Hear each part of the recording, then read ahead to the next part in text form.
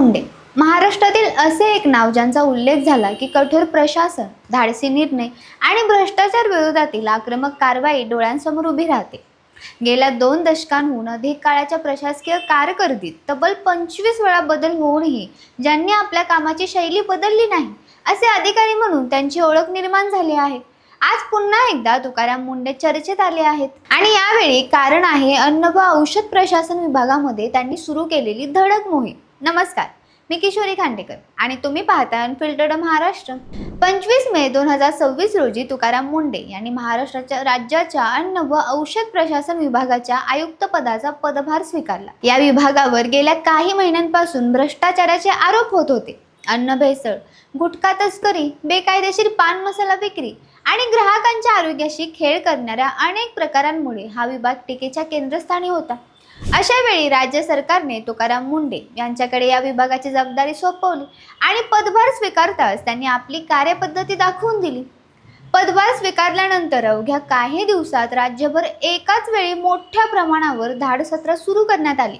मुंबई, पुणे, नाशिक, नागपूर, अमरावती, कोकण आणि छत्रपती संभाजीनगर विभागांमध्ये अन्न व औषध प्रशासनाच्या पथकांनी छापेमारी केली।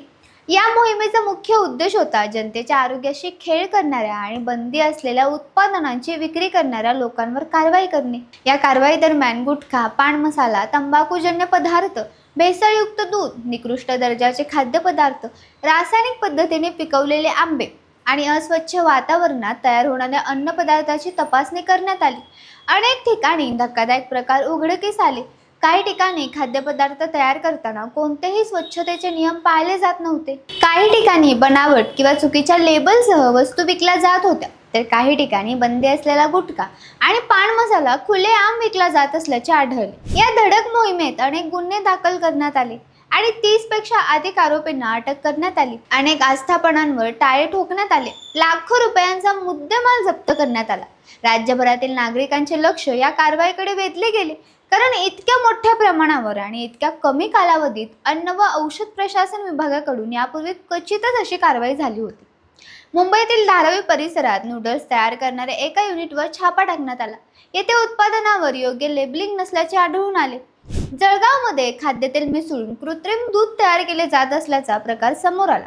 पुणे जिल्ह्यात काही ठिकाणी रासायनिक पदार्थांचा वापर करून आंबे पिकवले जात असल्याचे उघड झाले।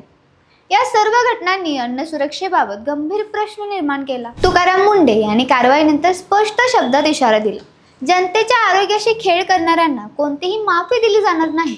कायद्यांचे उल्लंघन करणाऱ्यांविरुद्ध कठोर गुन्हे दाखल केले जातील आणि पुढील काळात कारवाई आणखी तीव्र केली जाईल, असे त्यांनी सांगितले। त्यांच्या या विधानामुळे राज्यातील गुटखा विक्रेते, भेसळखोर आणि नियमांचे उल्लंघन करणाऱ्या व्यावसायिकांमध्ये मोठी खळबळ उडाली। पुणे जिल्ह्यातील आंबेगाव आणि खेड तालुक्यांमध्ये अन्न व औषध प्रशासनाने आणखी एक मोठी कारवाई केली। 5 ठिकाणी धाड टाकून लाखो रुपयांचा साठा जप्त करण्यात आला। यामध्ये अप्रमाणित सुपारी, गुटखा, पान मसाला आणि संशयित खाद्यपदार्थांचा समावेश होता। काही ठिकाणी आवश्यक परवान्यांशिवाय व्यवसाय सुरू असल्याचेही उघड झाले। या कारवाईमुळे अन्न व्यवसाय क्षेत्रात मोठी चर्चा सुरू झाली। मात्र तुकाराम मुंडे यांची कारवाई केवळ गुटखा किंवा अन्न भेसळीपुरती मर्यादित नाही। त्यांनी आणखी एक महत्त्वाचा मुद्दा पुढे आणला आहे, तो म्हणजे भ्रामक जाहिरातींचा। आजच्या काळात अनेक कंपन्या मोठमोठे दावे करत उत्पादने विकतात। वजन कमी होईल, उंची वाढेल, रोग बरे होतील, त्वचा गोरे होईल अशा अनेक प्रकारच्या जाहिराती ग्राहकांना दाखवल्या जातात। अनेकदा या जाहिरातींमध्ये प्रसिद्ध सेलिब्रिटी सहभागी असतात। तुकाराम मुंडे यांनी स्पष्ट केलं आहे की ग्राहकांची दिशाभूल करणाऱ्या जाहिरातींवर आता कठोर कारवाई केली जाईल।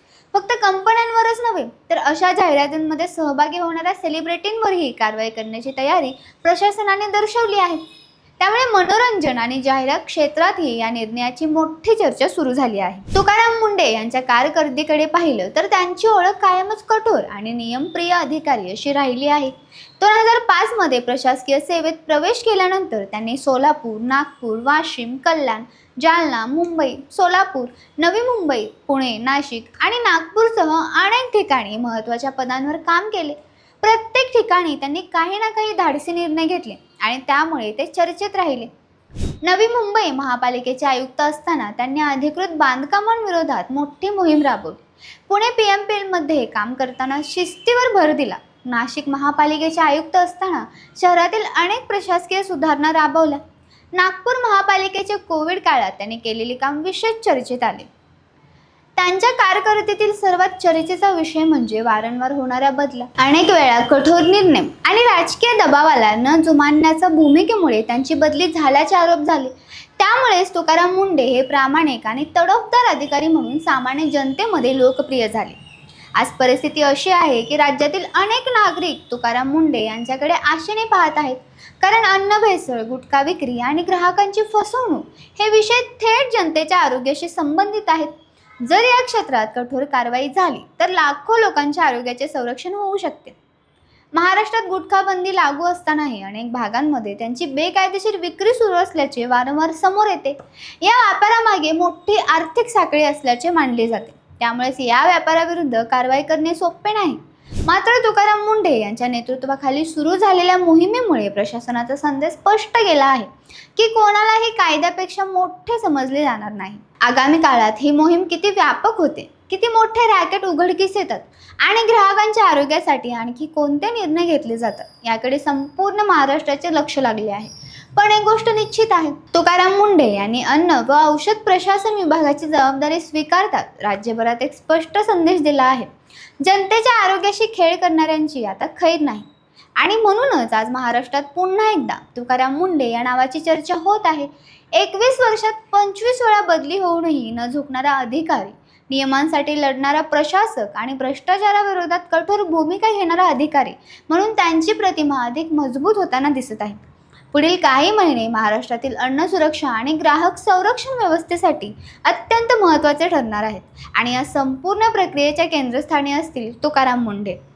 तुम्हाला जरी माहिती आवडली असेल तर चॅनलला लाईक करा, शेअर करा आणि सबस्क्राईब करायला विसरू नका. धन्यवाद.